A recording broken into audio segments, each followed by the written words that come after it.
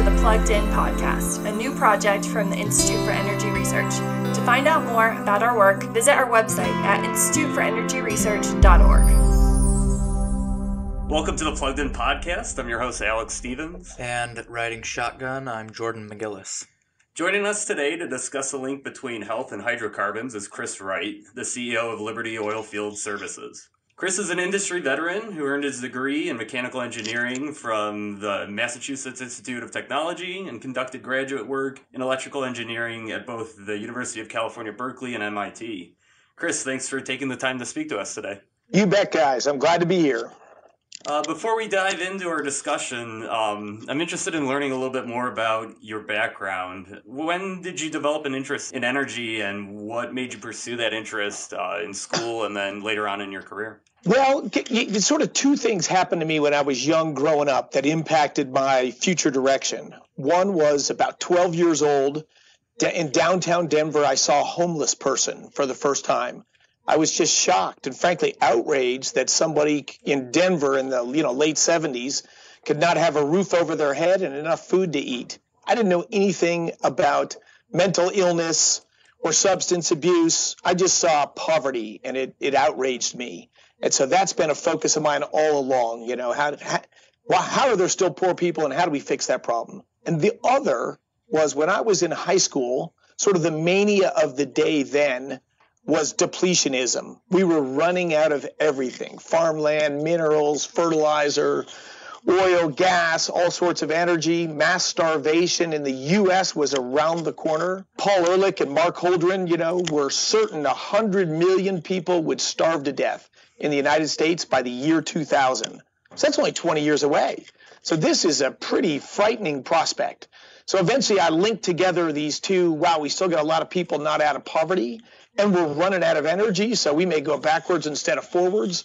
So energy is the problem. I want to work on solving the problem. Great. So while I was preparing for this, one of my colleagues pointed me in the direction of a speech that you gave back in December, where you're discussing the link between access to energy and human flourishing. During that speech, you explained that the biggest threat to humanity and the environment is poverty. So obviously, these things that you were experiencing while you were growing up made you pursue a career in energy. What did you mean, though, by the fact that poverty is the biggest threat to humanity and the environment? Yeah, I'll elaborate on that. There's a lot of environmentalism has become sort of a movement, almost a religion of its own. I'm a mountain climber, outdoor adventurer, so I've been a longtime board member of environmental groups. So 30 years ago, environmentalism was about clean water and clean air and protecting species and wildlife habitat, and sort of what you'd normally think of as environmental issues. Recently, this sort of depletionist mania that when I was a kid that everyone believed because everyone else believed, not because of data or evidence, but just everyone knew it, so therefore everyone else knew it, and it sort of grew from there. We have that same issue today a little bit around climate change, which the kernel of it, of course, is real, but it's become such a mania that people think energy consumption, or particularly carbon-emitting energy consumption, is somehow evil and bad, and that's a great threat to the environment and to poverty and humans. Where in fact the opposite is the case. Poverty, our ancestors lived, what was the source of energy? Dominantly throughout all of human history, the main source of energy was wood, right? So when I travel, in my passion in poverty, to poor countries, what you see, first of all, is massive impact on the environment. All the trees, anything burnable is chopped down. People have to either migrate or walk miles to find, they collect dung, sticks, wood. Most of the easy to access forests or generally will be gone from where you have a large population density. So the environmental impact of getting energy the way our ancestors did by chopping down trees is very big, very visible, and decades long lasting. So, and of course, when you burn wood, you have to burn it indoors to keep yourself warm and to heat food. Now you've got smoke and dust. We have 4 to 5 million people a year that die from indoor air pollution simply because they don't heat their homes the way you and I do. So to me, we want to attack the poverty problem, but in fact, by attacking the poverty problem and bringing modern energy sources, we make massive progress on the environmental problem as well.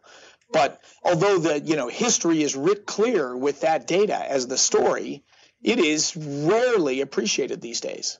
Chris, one of the veins here in the energy policy discussion that you just prompted in my head is energy density.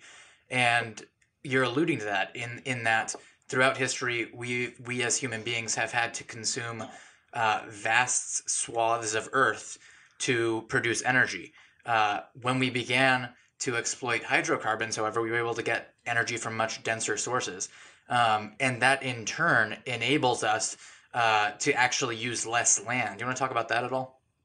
Yeah, absolutely. If you look at Google Maps or you look at photos from space, by far and away the most visible and dominant impact of humans on the planet is food production.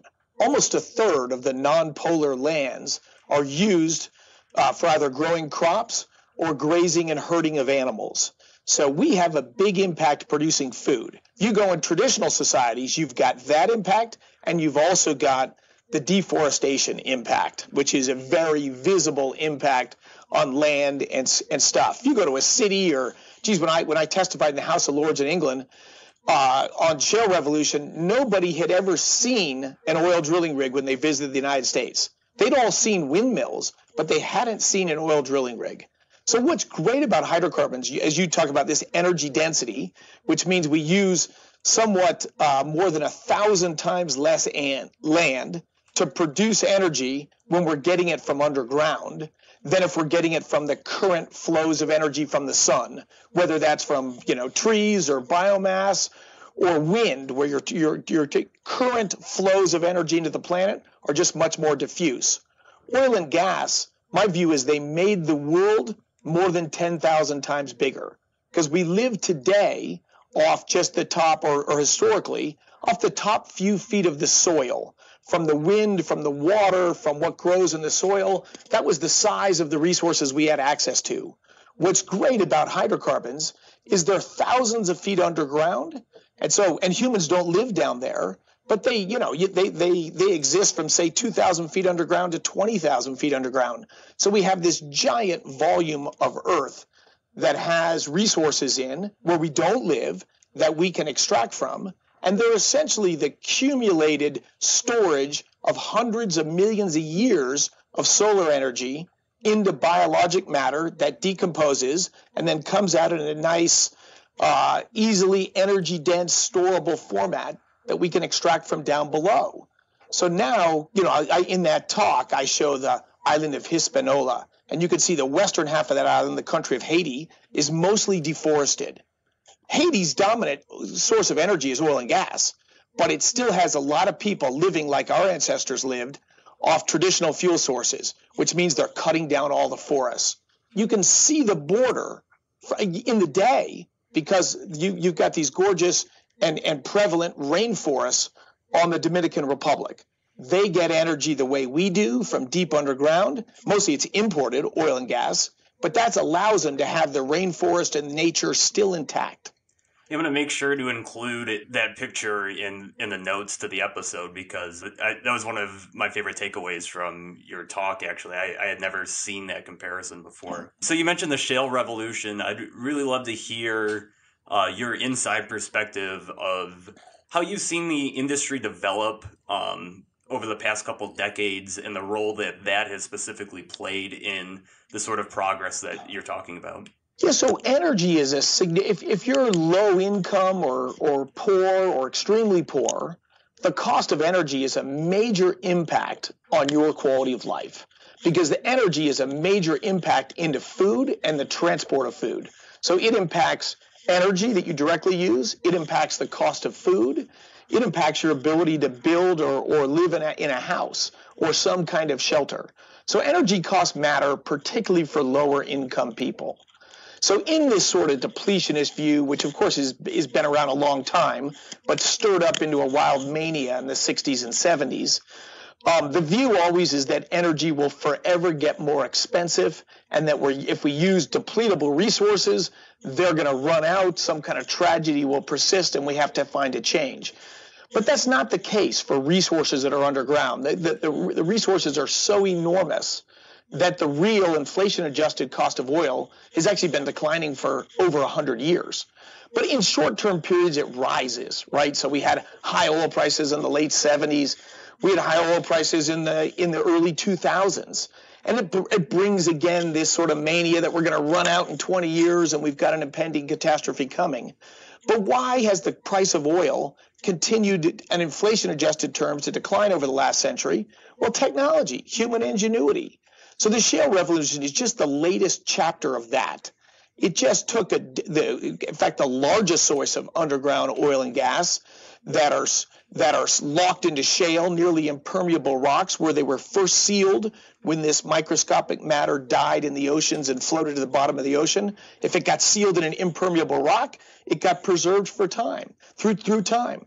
And so what the shale revolution has done has led to a gigantic growth in oil production, dominantly in the U.S. U.S. has doubled our oil production just in the last decade.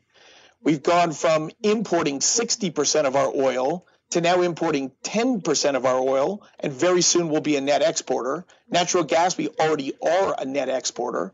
But what happens when you get a bunch of new supply? It drives the price down. Oil was, $90 a barrel average for 5 or 7 years. The last few years, oil's averaged about $50 or a little bit less. That $40 difference in the price of oil, that changes lives.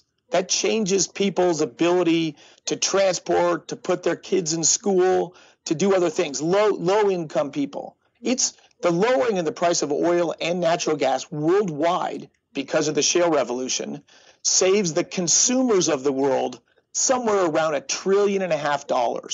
So we got 7 billion people. That's $200 for every man, woman, and child. It takes money out of the pockets of energy producers and puts it in the pockets of consumers. And for low-income people, this is raising people up. Today, as we talk, 130,000 people per day are lifted out of extreme poverty. This is markets. This is a growth of free enterprise. This is lower cost energy. But when we do things that will raise the cost of energy or restrict the growth in the supply of energy, we put that at risk.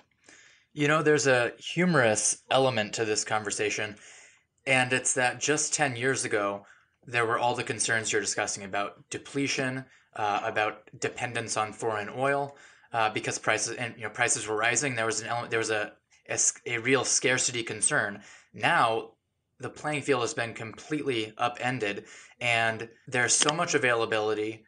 There are so many proven reserves that we're now talking about energy being taxed because it's too available. They want to raise the price because we just have too much of it. Yeah, it is indeed a dramatic change. I think it's important to understand because people generally don't, because they're not energy nerds, right? Why would everyone be an energy nerd? Well, they wouldn't.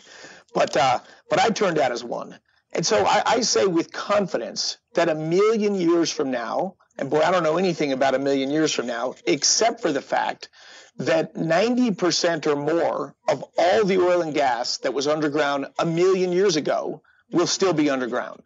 There is virtually zero chance of us coming remotely close to running out of oil and gas underground. I mean, it's the Stone Age didn't end because we ran out of stones, right? All right, we'll circle back in 1,000,000 years and check in with you. Yes, please do. I'm confident in that one. So certainly, it's technology. It's just technology that dictates which of those resources we can tap and at what cost. I do say that energy is the most important resource, except for human ingenuity, human resourcefulness. That's also sort of swims against the fear of population growth, which, by the way, looks like world population will peak and start to decline in the next few decades. Declining populations, I think, are much bigger problems than growing populations, but that's a separate discussion. But when you increase the population density and you build cities and larger communities, you get this amazing fast pace of innovation that's had dramatically positive impacts. Just when the first oil and gas well was drilled, human life expectancy was 35 years globally. Today it's 72 years. And when the first oil and gas well was drilled, 90% of the population lived in extreme poverty, meaning less than $2 a day. Today it's 9% of the world population lives on less than $2,000 a day. So we went from a world with a much smaller population where 90% lived in extreme poverty, 10% didn't. Now we have 10% living in extreme poverty, falling fast, and 90% living much longer, much healthier, much greater lives. Not because we have, and if we were running out of resources and more people was exacerbating that, we'd have the opposite trend. But it's because we have more humans, more human interaction, therefore more innovation, more technology, and ideas that continue to improve the human condition. Longer, healthier, more rich, more emotionally rich, robust lives than ever in human history. There's a common narrative in our culture that industrialization led to an increase in pollution and people living dirty and soot-covered lives. Do you want to talk about that narrative at all and what's valid about it, what's not valid about it? You bet. And the best place to talk about that probably is, let's think of a city that's been around through, that we got pretty good records on. And London is simply fantastic for that. We have quite a reasonable understanding of the history of London. And Bjorn Lomborg, a statistics professor in Denmark, a guy who's dove into the environmental movement and has been focused on it for decades, by his estimate, the last time air in London was as clean as it is today was around 1580. And the reason London's air was getting dirty then, and in fact was dirtier than it is today, was transportation was horses, massive amount of horse manure. Wood was cutting down the forest in the countryside and bringing wood in. And if you sit near a campfire, we like it, but you're always moving to get away from the smoke. If you're in a city where all of the power comes from wood, you have pretty low air quality. Now, coal came in, and it allowed the population of London to grow faster, which meant more people, more innovation, more progress. But coal burns not as dirty as wood, but relatively dirty compared to oil and natural gas. So as the population grew massively and coal grew massively and manufacturing brought to the city, the air in London actually continued to decline and get worse. The air quality in London was probably worse maybe 150 or so years ago. But for the last maybe century and a half, at least century, the air quality in London has been getting better. And that's the same in the United States. I grew up in Denver. We had the brown cloud when I was a kid. There were warnings on the news every day for air quality the next day. We have these gorgeous mountain ranges I'm looking at right now. Probably a quarter of the days of the year, you couldn't even see them, even though they're 15 miles away. But, just low quality. And that was from automobiles. Poorly older automobiles, imperfect combustion, create a lot of smoke and particulate emissions. And then technology has continued to make air cleaner. Even though we drive more miles, our population has grown and we've gotten wealthier. In the U.S., I mentioned since I was born, all 5, and I'm about 50 years old, the 6 biggest listed particulate emissions in the Clean Air Act have collectively declined by over 2/3 from what they were as I was a kid. Where everyone thinks, we're getting richer, we're doing more, we keep polluting the environment more and more. In rich countries, the environment's actually been getting cleaner for decades, and in London for a century. Now, if you look at, there is and I don't want to get into the economics of it, a Kuznets curve is the term, where if a country, Mexico first starts to industrialize, its population grows, people grow in concentration, huge increase in energy consumption, they're going to use the cheapest energy source they can, which is a low-grade coal or maybe and probably still a lot of wood burning. You do have a period of industrialization at the very start where air quality declines. And in sort of today's terms, it's around $3,000 per capita income is around when you have the worst air quality. So in Burkina Faso, an incredibly poor country, they might have better air quality, than in Cambodia that's first industrializing.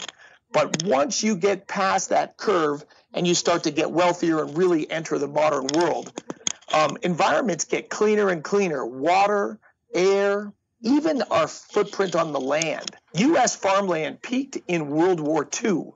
It declined, even though the U.S. population grew over 50%. We ate more, we export more food, but U.S. land used for food production declined very significantly from the end of World War II until 2006. In fact, the amount of land we used to produce food declined by more than all the urban and suburban land that people live on combined. The total amount of land we used in 2006 for population and wealth and everything in the United States was smaller than it was in our much poorer, less populous world in 1945. Then we decided ethanol was a renewable fuel, and we started to reverse that trend. Yeah, the ethanol idea sure runs counter to all the logical things that you're laying out here. So aside from the improvements in efficiency and in agriculture and our wealth, can you get more into detail on the specifics of transportation pollution decline that has occurred in the last 40, 50 years here in the U.S. and what's enabled that? The technology and innovation, and also wealth, right? When I travel to poor countries, if you're poor, you want enough food for your children to eat, you want shelter over you, and you want to make it through this season and into the next season. You don't think about environmental quality. There were no environmentalists 200 years ago. There was no mountain climbing or outdoor adventuring. But as societies get wealthier, now all of a sudden, once you take care of your basic needs, well, everyone wants clean air. Everyone wants a beautiful environment. Heck, but one of the sports I love, mountain climbing, there were no mountain climbers until there was oil and gas. But with oil and gas, now we can move. We can go away to the mountains, to the outdoors, to the wilderness. We care about the air we breathe. We care about the water. And now you can start significantly cleaning up your environment. But simply technology and efforts of innovation have driven these improvements for just cleaner combustion in cars, cleaner fuels that we produce. Heck, a modern car today, if you drive a Ford off the lot today and you're driving it down the highway at 55 miles an hour, it's emitting less pollutants than a Ford of the 1960s when it was parked and engine not even running. So this is technology and innovation. This is the stuff that humans do. It's clear that you have a really deep appreciation for the role that economic liberty has played in all of this progress. What led you to develop those insights? I know there's a lot of business leaders who are interested in those ideas. They like to apply those insights into their business. Given the name of Liberty Oilfield Services, do you want to comment at all on whether or not those ideas spill over into the philosophy at Liberty there? Oh, absolutely. So going back, I grew up, I saw this homeless guy on the street. I heard about energy depletion. These things became my passion. I went to MIT to work on fusion energy because, boy, I knew, like everyone else, we were soon to run out of oil and gas. I worked on solar energy in graduate school and geothermal energy afterwards. So to me, I didn't care which energy source. We just needed abundant, cheap, high-quality energy sources for people. And so in my quest to understand poverty, I hitchhiked along the ghettos of the East Coast, spending time in D.C. ghettos, in Harlem, in the Bronx, in New York, Roxbury in Boston, and even to Montreal, to try to understand why are people poor. And then I traveled to the third world, to Africa, Southern Asia, the Caribbean, to New Guinea twice. And what I learned was my original view of poverty was very wrong. It wasn't just, hey, there's some resources here and they're not there. We weren't sharing the pie correctly. I actually saw calorie deficient people in Africa that were happy and living full lives, as opposed to you see more depression and more pessimism in our ghettos. And so what I realized was human authorship. If you're in charge of your life, you're much happier. You have fulfillment. You have earned success. That's what brings humans happiness. So it's through my understanding of poverty that got me to become a passionate free market guy. It was not instinctual to me as a kid. And the other thing I learned in that was that I also had the question wrong. I wanted to know what caused poverty. What's this disease and how do we fix it? What I learned from travel and history was that that's the wrong question.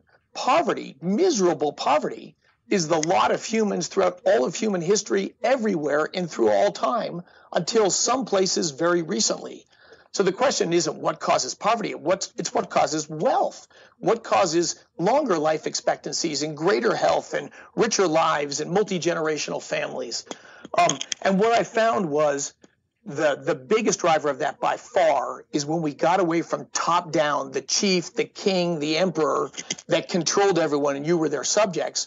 When we had freedom and organization and innovation from the bottom up, that's what enabled the creation of the modern world. Two things created the modern world. The growth of human liberty, and economic liberty really didn't get going until the early 1800s, and the arrival of oil and gas. They both came together in the mid-1800s. And as I said earlier, that's what drove this over doubling of global life expectancy, dramatic reduction in poverty, planes, trains, and automobiles, modern medicine. Hell, before modern times, I would never have seen my 14th birthday party. I'm a type 1 diabetic. That was a terminal. You were dead. The question was just how many weeks or months you had until you died, if you got that, throughout all of human history, till less than 100 years ago. I'm only alive today because of this growth of human liberty and the prevalence of oil and gas. You need both of those to have a wealthy, modern, thriving society today. We may generate energy sources down the road that are dense and compact and storable. I sure hope we do. I'm still optimistic on fusion energy. But today, the only dense, compact, small environmental footprint energy sources we have are oil and gas. So yay for liberty, yay for hydrocarbons. How do you conduct your business in a way that reflects those values that you see?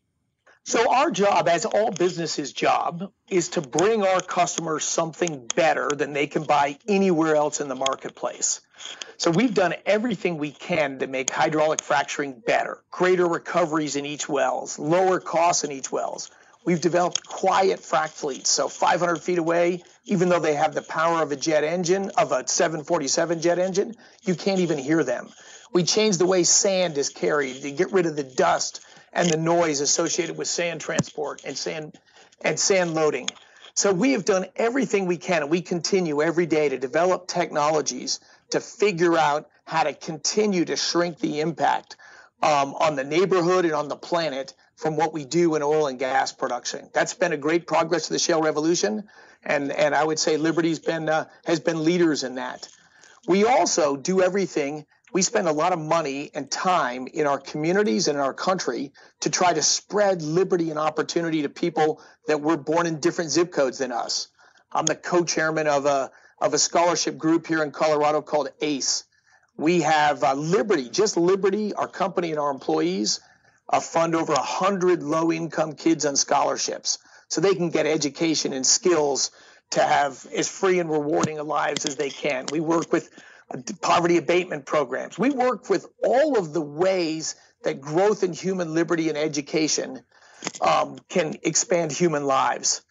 Of course, it makes it a great place to work, and to be successful in business, you got to have great people that like working there. But we want to spread liberty and available, abundant, low-cost energy to everyone we can. That's what drives and motivates the folks at Liberty. It's an incredibly refreshing perspective to hear somebody in business talk about their business that way, and I think it's a great note to end on. So, Chris, thank you for taking the time to speak with us today, and we look forward to talking to you again in the future. Thanks so much for your time, Alex and Jordan. I enjoyed it. Take care.